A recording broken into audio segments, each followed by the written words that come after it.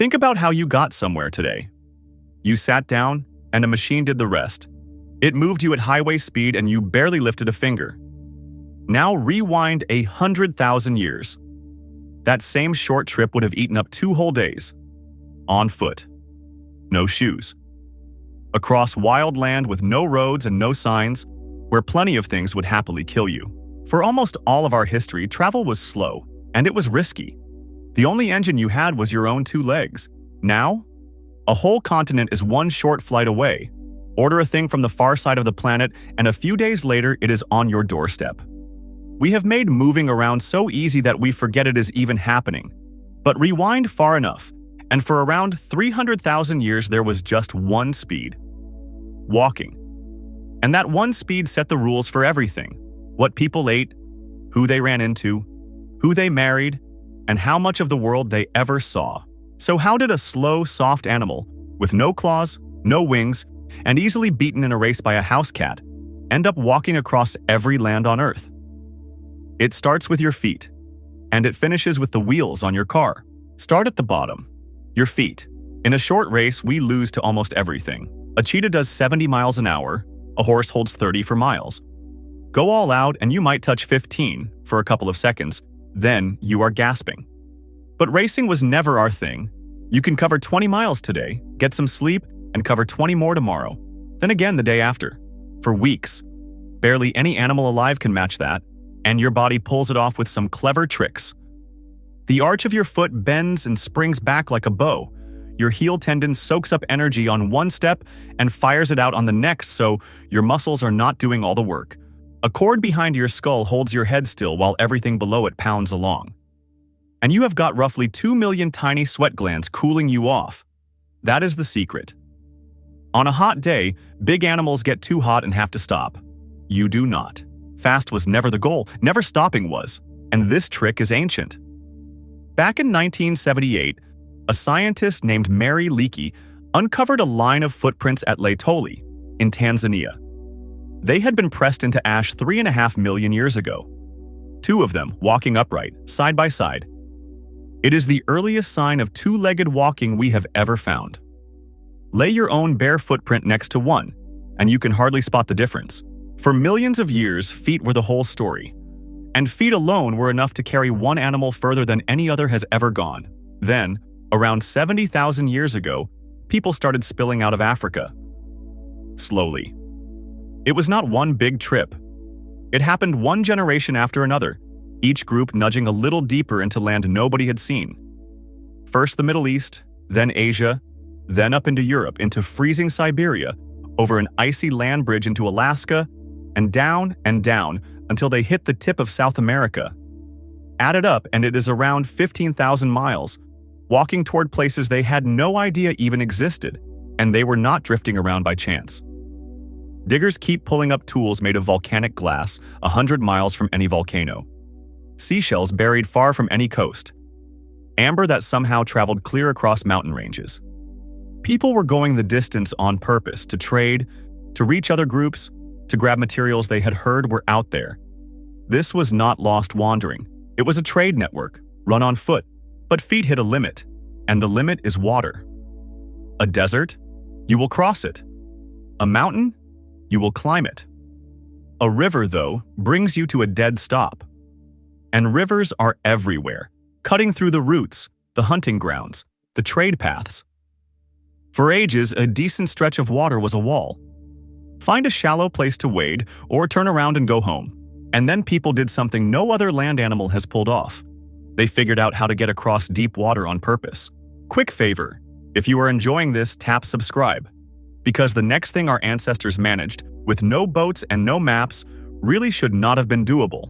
Here is the odd clue. In 2003, on an Indonesian island called Flores, researchers dug up stone tools around 800,000 years old. Trouble is, Flores has always sat apart. Even in the ice ages when the seas dropped, at least 12 miles of open water still separated it from anywhere else. So those tools leave one answer. Somebody made that crossing. What carried them? Nobody can say. Wood and bamboo rot, and whatever they floated on turned to nothing long ago. But the tools are real, so the crossing was too. The first boat was probably no boat at all, a stray log, a few reeds bundled together. Nobody built it on purpose. Someone just clung to a floating branch to get over a stream and lived. And that was the start of everything. That first trip might have been an accident. The next one was not. Around 65,000 years ago, people got from Southeast Asia to Australia. That is 60 miles of open sea, at the very least. You cannot spot Australia from the far shore, and no lucky current drops you there. Somebody had to build something that floated, aim it at blank water, and paddle. Really picture it. They shoved off from solid ground with no clue whether there was any land at all ahead of them. The oldest boat we have ever recovered is called the Pes canoe, found in the Netherlands, a hollowed-out log about 10,000 years old. But the skill goes back far earlier than that. People were living on islands they had no way to walk to, tens of thousands of years before that canoe was ever carved. And then the Polynesians took it to another level entirely. Beginning about 3,000 years ago, they set out across the Pacific, the largest ocean on the planet. They built giant double canoes, packed them with food, animals, and whole families, and sailed thousands of miles guided by nothing but the sky and the sea. Which stars came up where? How the swells rocked the hull? Where the birds flew at dusk? Even the color of clouds that gather over land you cannot see yet. No compass, no chart, just reading the world so sharply that expert sailors today still cannot quite believe it. They landed on Hawaii, on Easter Island, on New Zealand, on every livable speck in the Pacific.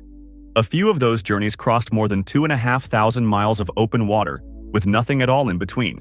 So land was solved by feet and water by boats. But one wall was still up. You can walk 20 miles but not while carrying a 200-pound animal you just brought down.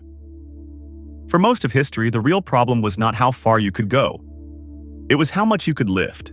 You could only move what your body could carry, and a body taps out around 40 to 60 pounds. So people cheated. The simplest cheat: do not carry it, drag it. Roll the animal onto a hide and pull it back to camp. We can tell they did, because old hides have a certain wear on them that only shows up when something heavy gets dragged a long way. Then a better idea came along, the travois. 2 long poles tied into a V with a platform hung between them. Pull the narrow tip, the wide end takes the weight, and now one person can shift 100 pounds or more. It might be one of the oldest moving tools we ever came up with, but it was only wood and hide, so almost none survived. We only know it existed because some peoples were still using it when Europeans turned up in the Americas. Still, the real leap in hauling was not a tool at all. It was an animal. Around 15,000 years ago, we tamed the dog, the first animal we ever brought onto the team. One of its earliest jobs was pulling. In cold country, dogs dragged sleds over snow and ice. A single dog can move about 45 pounds. Hitch 6 together, and they will haul a family's whole camp. But a dog is small. To move serious weight, we needed something bigger. Around 5,500 years ago, on the grasslands of what is now Kazakhstan, people finally tamed the horse. We know because of a group called the Botai. Their horse teeth show marks left by a bit, proof someone was steering the animal, and their pots hold traces of horse milk. These were not people hunting horses for meat. They rode them, milked them, built their whole world around them. The horse rewrote the rules. Up to then, for 300,000 years, the fastest a person could travel was a walk, about 4 miles an hour. On horseback, 30. In one lifetime, the world became 8 times smaller. Trips that used to take weeks now took days. Messages moved faster. Trade stretched further. And war was never the same because a rider could reach you before any warning did. Wherever people spread, they picked the right animal for the ground. Donkeys hauled goods across dry country. Camels crossed the Sahara. Reindeer pulled sleds through the Arctic. Llamas carried loads over the Andes. And even then, we were not finished. The last big invention was oddly slow to arrive. Here's the part that stops people cold. Humans had already sailed across every ocean on Earth before anyone thought up the wheel. The oldest wheel ever found turned up in a marsh in Slovenia. It is about 5,200 years old, that is all. Boats beat it by at least 5,000 years, probably far more. The horse beat it. Australia had been reached by sea tens of thousands of years before it. The wheel was not the first great travel invention. It was nearly the last, and it did not begin as travel gear either. The first wheels spun pottery, flat discs for shaping clay. Then somebody stood one on its edge and asked what might happen with a load on top. The early carts were rough. The wheels were heavy solid wood that split on rocky ground and sank in mud. A horse pulling one of those was actually slower than a horse pulling nothing. But about 4,000 years ago, someone invented the spoked wheel, lighter, tougher, much faster. And now you had the chariot, speed and cargo together. Roads came after. The oldest paved road we know of ran through the city of about 6,000 years ago.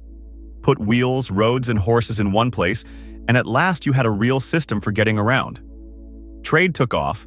Empires became possible. You could send armies and supplies hundreds of miles and still have them arrive in one piece. The wheel, the horse, and the road, that trio is what every great civilization was built on. So step back and look at the whole thing. For 300,000 years, people had nothing but their legs, and with just that, they crossed the entire planet. They met water and learned to float. They needed to carry more, so they dragged, then built frames, then teamed up with animals. They tamed the horse, and the world shrank overnight. They built the wheel, and it shrank again. Every one of those steps took thousands of years, and everyone was stacked on top of the step before it. And now, look at you. You drop into a padded seat, hit 70 on a smooth road, and call it a boring drive to work. You cross an entire ocean in a few hours and complain the Wi-Fi is slow. You carry a phone that can bring a car to your exact spot in 4 minutes, and you are annoyed it took 5. Your ancestors walked 15,000 miles on bare feet, across land they could not name, toward places nobody had ever laid eyes on. They did it because they had no choice. Sitting still meant dying. We beat distance so completely that we forgot it ever beat us. Every road, every airport, every railway on this planet is here because 300,000 years ago, someone stood at the edge of everything they knew, looked at the horizon, and took one step. They had no idea what was out there. They went anyway. And maybe that is the most human thing there is. If you would like more of the strange, deep history tucked inside your normal day, subscribe and stick around. It is a small thing, but a single subscribe genuinely keeps this channel going, and it nudges me to make the next one. Now, go take a walk. Your feet have been waiting 300,000 years for it.